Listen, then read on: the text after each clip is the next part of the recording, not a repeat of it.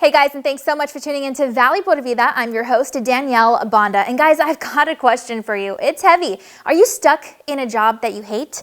Don't stay in a sinking ship. Many people don't realize that working at a place that you don't enjoy is not normal. And lucky for you, we have an opportunity. We spoke with a professional in the field about what you can do to change your life for the better. Here's our segment sponsored by The Human Reach.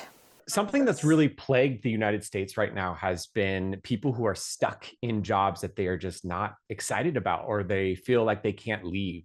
Some of it might be attributed to the economic conditions that exist currently in the States and also in the world. And it also could be other factors that are happening internally at the company. And so there's lots of things that we can do even when we feel stuck. But it's something that I'm here to talk about so we can help people move forward. So it's funny, we actually ran a study recently.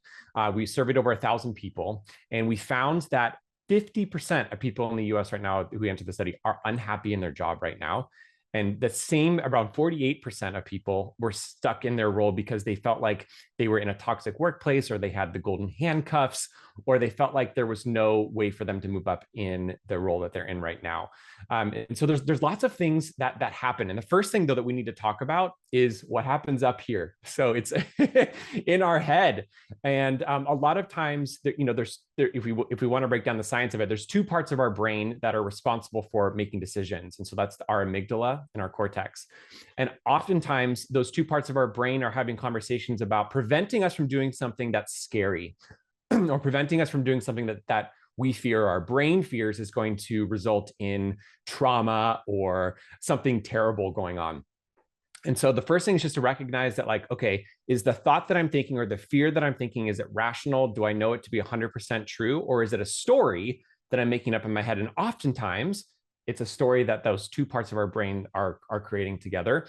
And so we have to recognize that first. And then once we start understanding that story in our head is false, then we can start doing tactical things in order to move forward. We typically say there's a 5-step plan in order to help you move forward in thinking about what you want to do next. So the first is just to start with a self-assessment.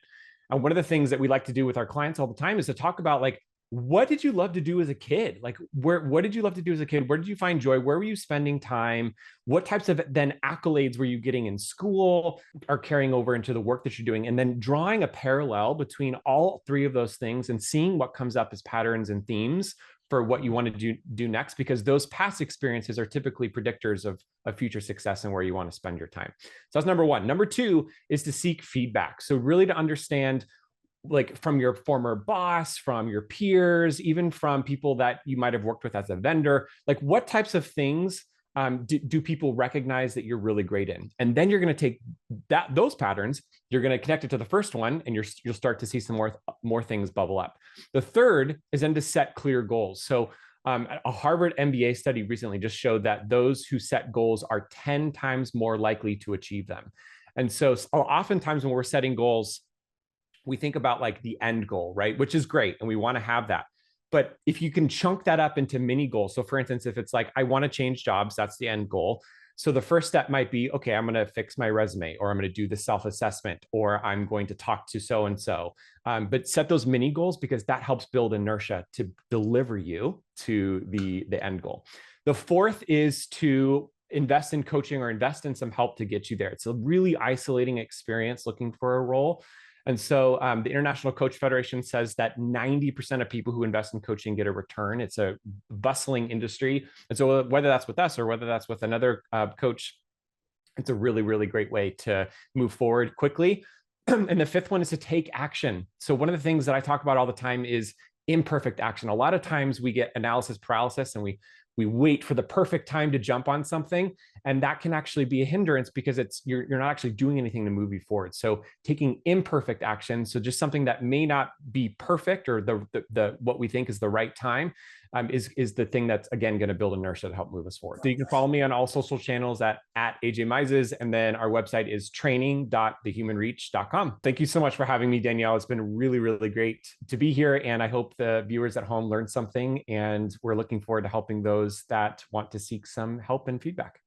All right, you guys, you can find all you need to know about The Human Reach over on our website at valleycentral.com, and we hope that you see us next time here on Valley Pura Vida.